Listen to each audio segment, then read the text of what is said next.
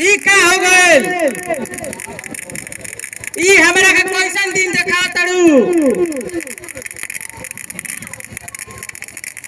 हमारा घर गृहस्थी में आग लग गइल।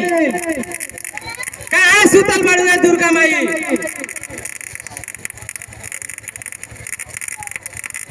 माई अब तो जौन होखे वाला रहे उ हो गइल।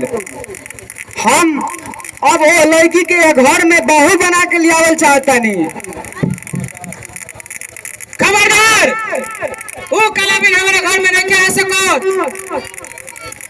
अगर एक ऊ कुलक्षणी एक घर में आई तो हम ही घर छोड़ के चल जाई। जार खा के मर जाए। तोहार अधिकार बा ओतने हमारो अधिकार बा। आज से हम यह जानब कि हमारा 3 गो बेटा ना, हमारा 2 गो बेटा बड़ा सा श्याम घनश्याम बलराम त्याग से हमारे खातिर मर गए। तो निकल जाओ घर की रास्ते से। ऐसा वंश से तो निर्वंश रहल अच्छा बा। निकल जाओ घर से। माँ जी, बाबू जी, अरे बबुआ तो गलती कहिए देले बारे, तो का कइल जाओ? उनका के घर से निकाल दिया जाई। अरे हे दुर्गा माई, हमार घर गृहस्थी के बचावा।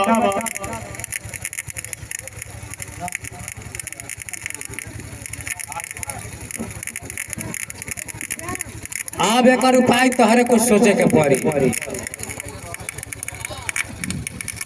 का सोचल जाएगी? ना कटवा के धो देला हमनी के। हे कलयुग के प्रकोप भगांगो ना तो